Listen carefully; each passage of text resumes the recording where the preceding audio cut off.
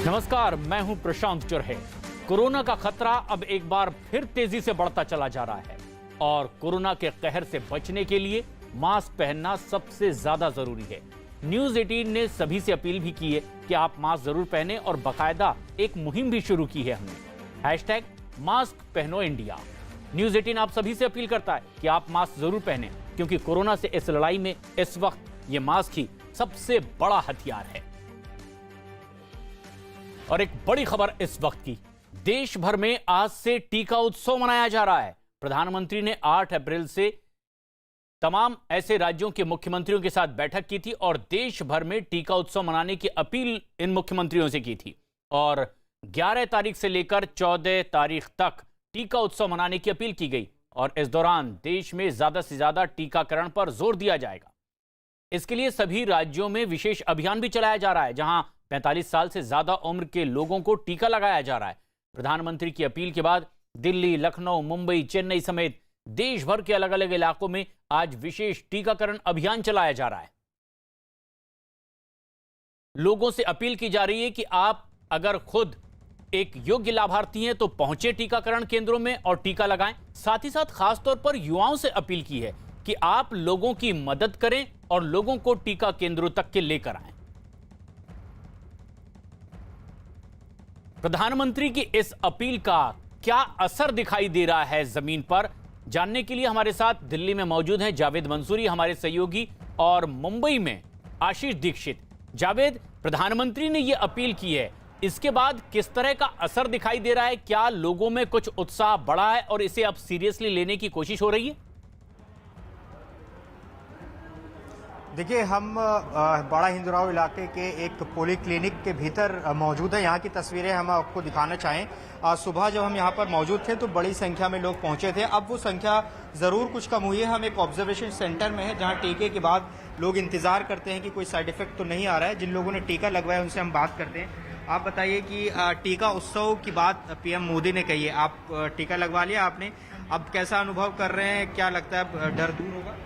नहीं, डर तो नहीं लगा? नहीं। अच्छा, अब सेफ फील कर रहे हैं? नहीं, सुरक्षित महसूस कर रहे हैं? बिल्कुल। देखिए, ये सुरक्षित महसूस कर रहे हैं, लेकिन ये समझेंगे जो हेल्थ केयर वर्कर्स यहाँ ड्यूटी पर लगे। मैम, आप ये बताइए कि कल और आज के मुकाबले में टीके में संख्या जो लोग आ रहे हैं लगवाने के लिए, कितना कुछ फर्क आया है? आज ज्यादा आ रहे हैं या कम आ रहे हैं? मैम देख रहे हैं, ज्यादा आ रहे हैं। अच्छा, आज ज्यादा आए हैं? संडे है। अच्छा, संडे की वजह से ज्यादा आए हैं? हाँ जी, क्योंकि अच्छा। सब वर्किंग होते हैं तो संडे को उनको टाइम मिलता है, इससे संडे को आ रहे हैं मोस्टली लोग। तो संडे में ज्यादा लोग आते हैं। हाँ जी, हाँ। देखिए, ये वो हेल्थ केयर वर्कर्स हैं जो यहाँ रजिस्ट्रेशन करते हैं।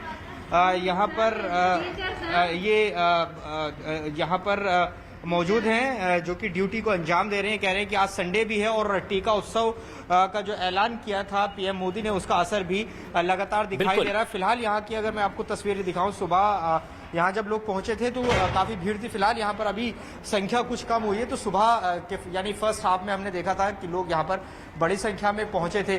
कोरोना वैक्सीनेशन को लेकर जो 45 साल से ऊपर की सीमा है, उसी के तहत लोग यहाँ पर बिल्कुल जावेद, और साथ ही साथ प्रधानमंत्री ने अपील भी की थी कि युवा इसमें बढ़ चढ़कर हिस्सा लें, मदद करने में, बुजुर्गों को केंद्र तक पहुंचाने में। लेकिन असर अब देखा जा रहा है। दिल्ली में कोरोना एक बार फिर बेकाबू होता दिखाई दिया और पिछले 24 घंटे में 10,000 से ज्यादा मामले सामने आए हैं और सरकार के साथ साथ आम लोगों की चिंता भी इससे बढ़ गई है। दिल्ली के मुख्यमंत्री अरविंद केजरीवाल ने भी इस पर चिंता जाहिर की है। उन्होंने कहा है कि कोरोना के बढ़ते मामलों के बाद सरकार लॉकडाउन नहीं लगाना चाहती, लेकिन कुछ पाबंदियां लगाई गई है। साथ ही साथ उन्होंने लोगों से जरूरत होने पर ही घरों से बाहर निकलने की अपील की है। इतना ही नहीं, उन्होंने लोगों से मास्क पहनने और बार बार हाथ धोकर सोशल डिस्टेंसिंग का पालन करने की भी अपील की। मुझे लगता है कि लॉकडाउन कोरोना से जूझने का समाधान नहीं है। लॉकडाउन किसी भी सरकार को तब लगाना चाहिए जब उसकी अस्पतालों की व्यवस्था कोलैप्स कर जाए और उसको ज़रूरत हो कि लॉकडाउन से कोरोना की गति धीमी हो जाती है। अभी अस्पताल की व्यवस्था हमारे कंट्रोल में है। आपका सहयोग चाहिए। अगर आपका सहयोग मिलता रहा और अस्पताल की व्यवस्था काबू में रही, हमें दिल्ली में लॉकडाउन लगाने की ज़रूरत नहीं पड़ेगी।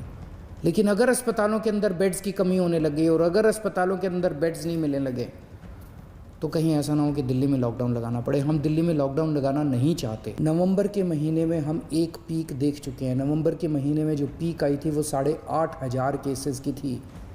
आज हम ऑलरेडी 10,700 केसेस क्रॉस कर चुके हैं। तो ये नवंबर से भी ज़्यादा खतरनाक इस वक्त की पीक है। कल सरकार को मजबूरीवश कुछ रिस्ट्रिक्शंस के ऑर्डर किए गए हैं, जैसे बसों में अब 50% लोग बैठ सकेंगे, मेट्रो में 50% की ऑक्यूपेंसी हो सकती है, बार्स रेस्टोरेंट्स के अंदर 50% की इस तरह से कुछ कई सारे रिस्ट्रिक्शंस कल लगाए गए हैं। कोरोना बहुत तेज़ी से बढ़ रहा है। दिल्ली में भी पिछले कुछ दिनों से, पिछले 10 से 15 दिन में इतनी तेज़ी से कोरोना बढ़ा है। दिल्ली में ये चौथी वेव है। इसके पहले 3 वेव्स दिल्ली के अंदर आ चुकी है और हम सब दिल्ली वासियों ने मिलके उसका बड़े अच्छे से मुकाबला किया और वो ठीक हो गया। अब ये चौथी वेव आई है जो बेहद ख़तरनाक है, बहुत तेज़ी से बढ़ रहा है। दिल्ली के मुख्यमंत्री अरविंद केजरीवाल ने भी लोगों से अपील की है कि आप कोरोना नियमों का पालन करें, लेकिन क्या जमीनी हकीकत है? जावेद हमारे साथ लगातार बने हुए हैं, हमारे सहयोगी। जावेद, अगर मुख्यमंत्री ये कहते हैं कि आपको भी सहयोग करना पड़ेगा, लोग किस तरह से रिएक्ट करते हैं मुख्यमंत्री, प्रधानमंत्री की इस तरह की अपील पर? देखिए, ये बहुत ज़रूरी बात है कि लोगों को इसमें भागीदारी करनी होगी। जन भागीदारी के तहत ही कोई भी बीमारी है उसे रोका जा सकता है। लगातार ये अपील की जा रही है कि जो नियम है उनका पालन किया जाए। लेकिन दिल्ली में जब हम देखते हैं ऐसे बड़े बड़े बाजार हैं जहां अभी भी जो कोरोना नियम है उनकी धज्जियां उड़ाई जाती हैं। बहुत लोग ऐसे होते हैं कि मास्क नहीं पहनते हैं, सोशल डिस्टेंसिंग का पालन नहीं कराते। हालांकि जो प्रशासन की टीमें हैं ज़रूर उनका चालान ज़रूर करती हैं, लेकिन कई जगहों पर ये जो सख्ती है वो नाकाफी लगती है। तो ऐसे में ये कहने के लिए जब लगातार जो हमारे चाहे मुख्यमंत्री हो या दूसरे लीडर्स हों, वो लगातार अपील करते हैं, लेकिन जमीन पर बहुत कोताहियां अभी भी हैं और जिसकी वजह हमने देखी पिछले दिनों लगातार जो बाजार हैं उनमें बड़ी भीड़ उमड़ी और उसके बाद ही ये जिस बात की आशंका थी वो सही साबित हो रही है और दिल्ली में लगातार केसेस बढ़ रहे हैं और नए रिकॉर्ड अब तो दिल्ली में बना दिए गए हैं। 10,000 से ज्यादा केसेस पिछले 24 घंटे में आए हैं। तो ये समझना होगा आम लोगों को भी कि सरकार नियम बनाती है, लेकिन पालन उनका सख्ती से करना होगा और उनकी हिफाजत के लिए बहुत जरूरी है कि कोरोना से बचने के लिए कि जो नियम बनाए गए हैं उनका पालन किया जाए। तो ये तमाम ऐसे पहलू हैं जिसमें न सिर्फ सरकारें कोशिश कर रही हैं कि कोरोना को रोकें, वैक्सीनेशन ड्राइव चला के कोरोना को कम करने की कोशिश कर रही हैं, तो वहीं लोगों की भी ये जिम्मेदारी है कि जो नियम बनाए गए हैं उनका पालन करें। जी बिल्कुल। प्रधानमंत्री ने भी अपील की है कि लोग लगातार कोरोना नियमों का पालन करें और यही सबसे बड़ा उपाय भी है। लेकिन प्रधानमंत्री की अपील पर आज उत्तर प्रदेश में भी टीका उत्सव मनाया गया है। लखनऊ में मुख्यमंत्री योगी आदित्यनाथ खुद टीका सेंटर पहुंचे हैं, तैयारियों का उन्होंने जायजा लिया है। उत्तर प्रदेश में 6,000 वैक्सीन सेंटर ऐसे चल रहे हैं जहां इस टीका उत्सव का आयोजन किया गया है। खुद मुख्यमंत्री योगी आदित्यनाथ ऐसे वैक्सीनेशन सेंटर में पहुंचे, तैयारियों का जायजा लिया और लोगों को प्रोत्साहित भी किया। महात्मा ज्योतिबा फुले जी के प्रति विनम्र श्रद्धांजलि अर्पित करते हुए देश के यशस्वी प्रधानमंत्री आदरणीय श्री नरेंद्र मोदी जी ने 11 अप्रैल से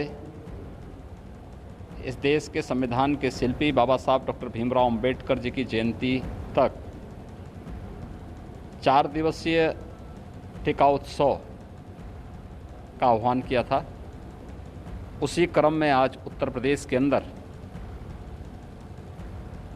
कोरोना के खिलाफ देश की इस लड़ाई को विजयी बनाने के लिए टीका उत्सव के कार्यक्रम को बहुत अच्छे ढंग से पूरे प्रदेश के अंदर बढ़ाया जा रहा है।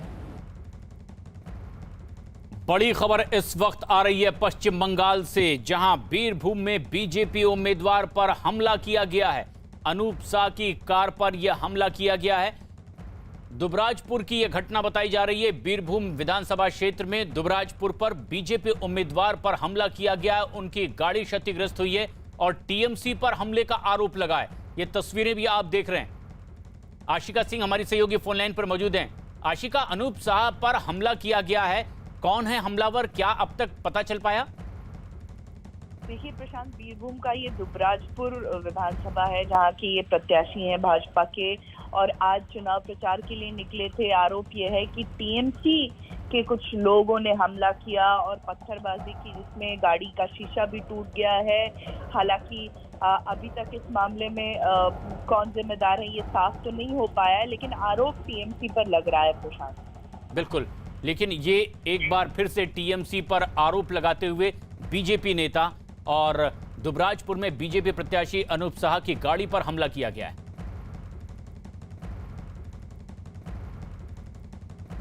लेकिन कोरोना से लड़ने की तैयारी देश भर में, दिल्ली में भी आज से 4 दिन के लिए टीका उत्सव मनाया जा रहा है। बड़ा हिंदुराव अस्पताल में टीका उत्सव के दिन बड़ी तादाद में लोग टीका लगवाने के लिए सुबह से ही पहुंच गए। इस दौरान नॉर्थ एमसीडी के मेयर जयप्रकाश ने टीका लगवाने वाले लोगों का स्वागत किया। साथ ही साथ वैक्सीन के काम में लगे टीका लगवाने वालों और हेल्थ केयर वर्कर्स का भी सम्मान किया।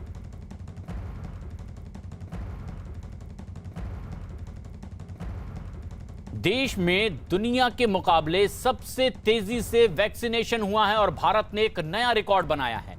भारत में 85 दिनों के भीतर ही 10 करोड़ टीके लगाए गए हैं, जबकि अमेरिका में 89 दिन लगे। चीन में 102 दिन लगे 10 करोड़ टीका लगाने में। सबसे तेज वैक्सीनेशन के लिए केंद्रीय मंत्री पीयूष गोयल ने पीएम मोदी की तारीफ की। पीएम मोदी की अपील पर आज से देश भर में टीका उत्सव भी चल रहा है, जिसके तहत ज्यादा से ज्यादा लोगों को टीका लगाने का लक्ष्य रखा गया है।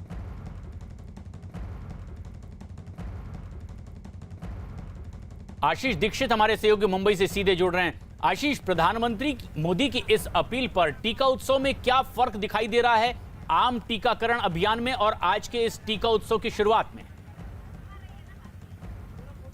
जी प्रशांत, साफ तौर पर एक बड़ी खबर आपको यहाँ पर बताना चाहूंगा कि महाराष्ट्र स्वास्थ्य मंत्रालय की ओर से एक खबर जो अभी सामने आई है वो ये है कि महाराष्ट्र में, अकेले महाराष्ट्र में 1 करोड़ से ज्यादा जो लोग हैं उन्हें टीका दे चुके हैं, उनका वैक्सीनेशन हो चुका है। इस समय हम बीकेसी कोविड सेंटर के बाहर खड़े हैं जहां पर वैक्सीनेशन का प्रोग्राम चल रहा है। आप देख सकते हैं अभी भी लोगों का आने का जो सिलसिला है वो लगातार जारी है। एक खास बात मैं आपको प्रशांत यहाँ पर बताना चाहूँगा कि टीका यहाँ पर पुलिस की सुरक्षा बढ़ा दी गई है और केवल जो लोग टीका लेने के लिए आए हैं, जो लोग वैक्सीनेशन कराने के लिए आए हैं, सिर्फ उन्हें अंदर छोड़ा जा रहा है, क्योंकि काफ़ी ज़्यादा भीड़ वैक्सीनेशन सेंटर के अंदर यहाँ पर हो रही थी। बाकी जो उनके रिलेटिव्स हैं, जो उनके साथ आए हैं, ऐसे लोगों को बाहर रुकाया गया है। एक खास चीज़ यहाँ पर आपको जो दिखाना चाहेंगे कि यहाँ पर एक सेल्फी पॉइंट बनाया गया है जिसके तहत अगर आपने वैक्सीनेशन लिया है तो आप आपकी तस्वीर यहाँ पर निकाल सकते हैं। ऐसे ही कुछ लोग हमारे साथ मौजूद हैं जिन्होंने वैक्सीन ली है, वैक्सीनेशन हुआ है। क्या ये आपका दूसरा डोज था? क्या कहें? पहला डोज था। क्या महसूस कर रहे हैं? कुछ नहीं। कोई तकलीफ? कुछ नहीं। पीएम मोदी ने वैक्सीनेशन को लेकर आज से टीका महोत्सव शुरू किया है, जिसके तहत टीकाकरण का महोत्सव शुरू हुआ है। आज टीका मिला है, क्या कहना चाहेंगे इस कैंपेन? बहुत अच्छा लग रहा है ये सब करके, हमें भी अच्छा लगा ये लेने के लिए, और बहुत अच्छा मोदी जी ने काम किया है ये टीकाकरण चालू करके। साफ तौर पर प्रधानमंत्री की तारीफ यहाँ पर हो रही है। टीकाकरण जो है, वैक्सीनेशन जो है, कोरोना के खिलाफ लड़ाई में एक काफी अहम हथियार माना जा रहा है प्रशांत। बिल्कुल, और बड़ी तादाद में लोग अब टीकाकरण केंद्रों में भी पहुंच रहे हैं। देश भर में आज टीका उत्सव मनाया जा रहा है। ये टीका उत्सव लोगों को ज्यादा से ज्यादा कोरोना वैक्सीन लगवाने के लिए किया जा रहा है, लेकिन इस टीका उत्सव पर सियासत भी अब चलने लगी है। कांग्रेस के राशिद अलवी ने देश में वैक्सीन की कमी का दावा करते हुए केंद्र सरकार पर निशाना साधा है, तो जवाब में केंद्रीय मंत्री मुख्तार अब्बास नकवी ने भी पलटवार करते हुए कहा कि कांग्रेस को हर मुद्दे पर राजनीति की आदत हो गई है, जबकि दुनिया का सबसे बड़ा वैक्सीनेशन अभियान भारत में चल रहा है, जिस पर उन्हें गर्व होना चाहिए। प्रधानमंत्री को नजर नहीं आ रहा कि देश के क्या हालात हैं, और मुझे अफसोस भी होता है और ताज्जुब भी होता है कि प्रधानमंत्री कह रहे हैं कि वैक्सीन उत्सव मनाया जाए। क्या ये उत्सव है? देश के अंदर लोग मारे जा रहे हैं, जाने दे रहे हैं, और प्रधानमंत्री को ये उत्सव नजर आ रहा है। किस तरीके की जबान है? इससे पता चलता है कि प्रधानमंत्री के सीने में धड़कने वाला दिल पत्थर का हो चुका है। टीका उत्सव पर भी टीका टिप्पणी अजीब गल कमाल की खोपड़ी है। जो लोग जो है वो टीका उत्सव पर भी टीका टिप्पणी करें तो वो तो कमाल की खोपड़ी रखते हैं, इससे ज़्यादा तो कुछ कह नहीं सकते। उनको इस तरह की चीज़ों पे मुझे लगता है कि जो वैक्सीनेशन के कार्यक्रम है उन्हें गर्व होना चाहिए। ये पॉलिटिकल पार्टी की बात, पॉलिटिकल इशू नहीं है। आज दुनिया का सबसे बड़ा वैक्सीनेशन कार्यक्रम भारत में चल रहा है। 130-35 करोड़ के देश में इतने कम समय में इतनी बड़ा वैक्सीनेशन कार्यक्रम हुआ, ये तो एक गर्व का विषय होना चाहिए। टीका उत्सव की शुरुआत, लेकिन इस पर सियासी बयानात भी।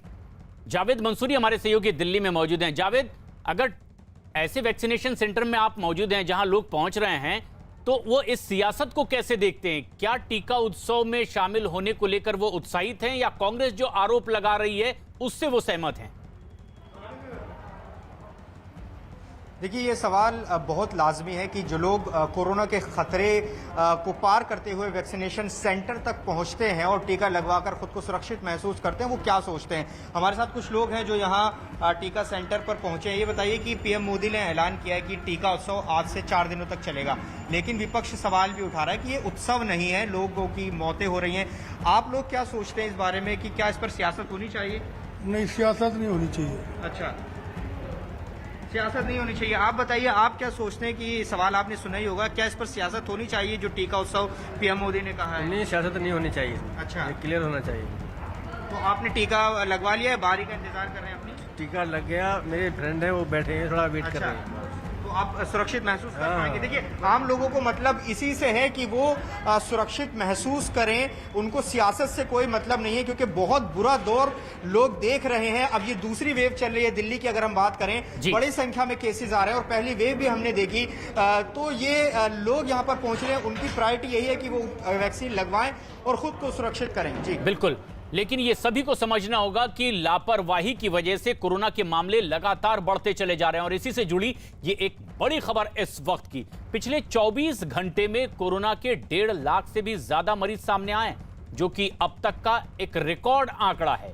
एक दिन में कोरोना के 1,52,879 नए कोरोना मरीज सामने आए, जबकि एक दिन में कोरोना की वजह से ही 839 लोगों ने अपनी जान गंवा दी है।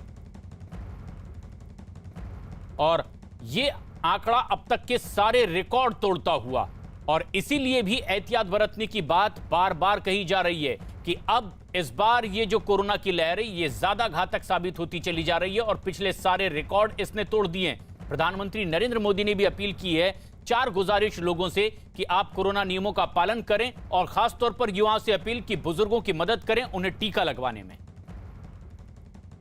आशीष दीक्षित हमारे सहयोगी मुंबई से हमसे सीधे जुड़ रहे हैं। आशीष, जहां टीका उत्सव की शुरुआत हो चुकी है, वहीं सियासी बयानात आ रहे हैं। आपके इर्द गिर्द जो लोग हैं वो कैसे देखते हैं, कैसे इस पर रिएक्ट करते हैं? क्या इस पर राजनीति होनी चाहिए? टीका उत्सव के साथ हैं या फिर वो भी कांग्रेस की राय से सहमत हैं? जी बिल्कुल, साफ तौर पर प्रशांत आपको बताना चाहेंगे, टीका लगाने के बाद यहाँ से कुछ लोग जो बाहर आ रहे हैं, हम उनसे बात करने की कोशिश करेंगे। ये जो पूरी सियासत यहाँ पर हो रही है, आपसे मैं जानना चाहूँगा कि आपका वैक्सीनेशन हो गया है? हो गया। ठीक है। आज से पीएम मोदी ने टीकाकरण महोत्सव की शुरुआत की है, जिसके तहत सबको टीके दिए जा रहे हैं। वहीं कांग्रेस ने इसको लेकर सियासत तेज कर दी है, राजनीति कर रही है कांग्रेस कि इस तरीके की घटनाओं को उत्सव का नाम ना दिया जाए। कैसे देखते हैं? उत्सव का नाम देना चाहिए सर। हम मोदी के साथ में हैं। आपका क्या कहना? साथ में है। साफ तौर पर इनका कहना है कि उत्सव का नाम देना चाहिए, और देश के प्रधानमंत्री के साथ ये लोग हैं। प्रशांत, अलग अलग तरह की तमाम ओपिनियन, राजनेताओं की अलग, लेकिन जनता के दिल में क्या है ये जानना बहुत जरूरी है।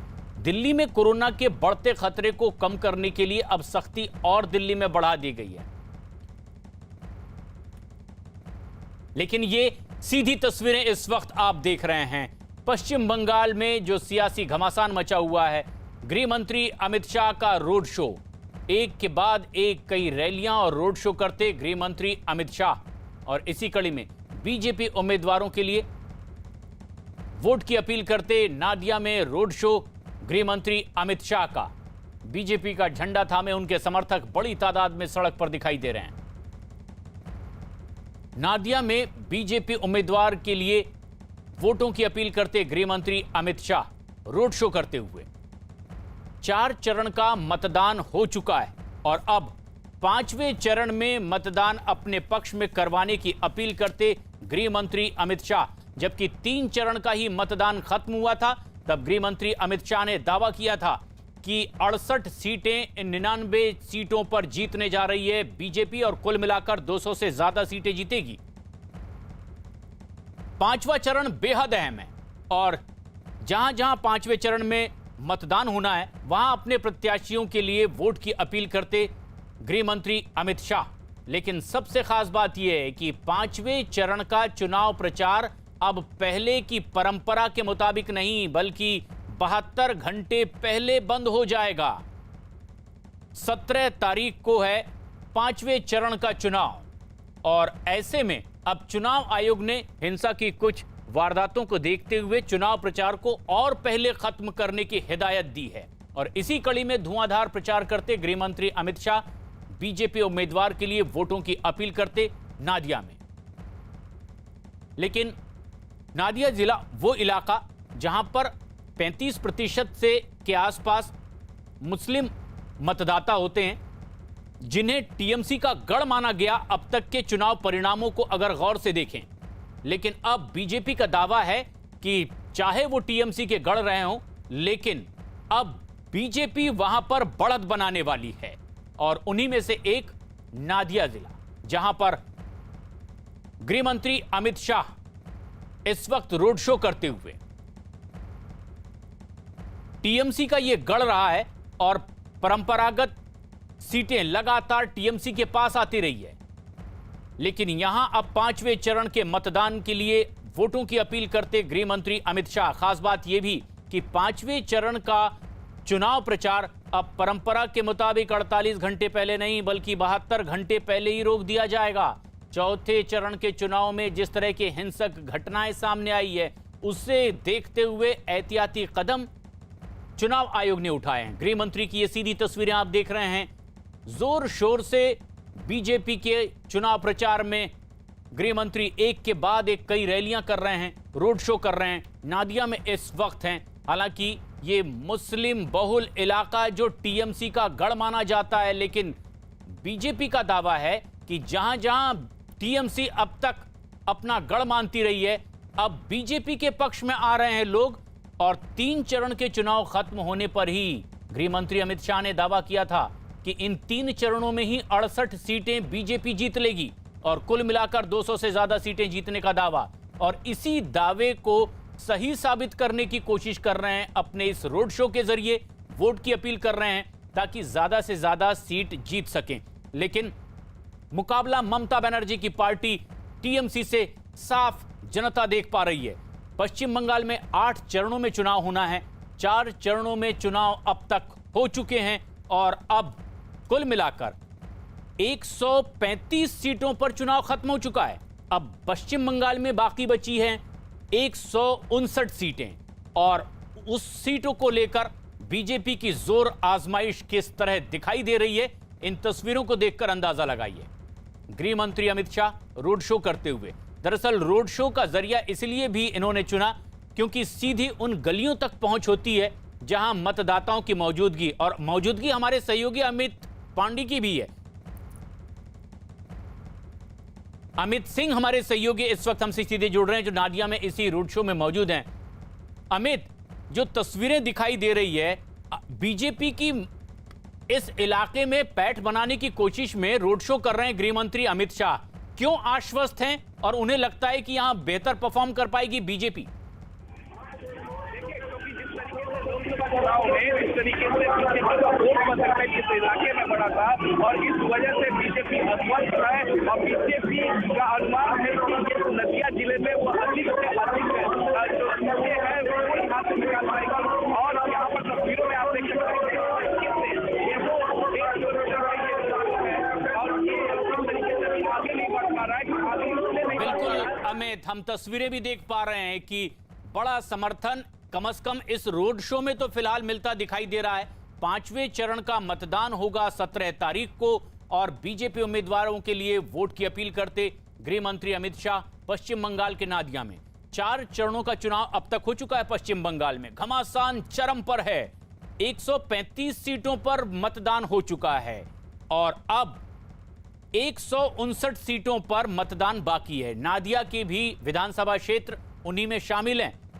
कुल मिलाकर 8 चरणों में मतदान होना है और 2 मई को होगा भाग्य का फैसला कि किसके दावे सही साबित होते हैं। लेकिन अपने दावों पर खरा उतरने के लिए जो मशक्कत की जा रही है ये उसकी वानगी है। गृह मंत्री लगातार ये दावा करते रहे कि पश्चिम बंगाल में बीजेपी इस बार 200 के पार, लेकिन उसके लिए मेहनत करने वो खुद सड़कों पर भी उतरे हुए हैं। वोटों की अपील करते, लोगों से गली गली घूमते, कई बार तो वो द्वार द्वार भी पहुंचे हैं।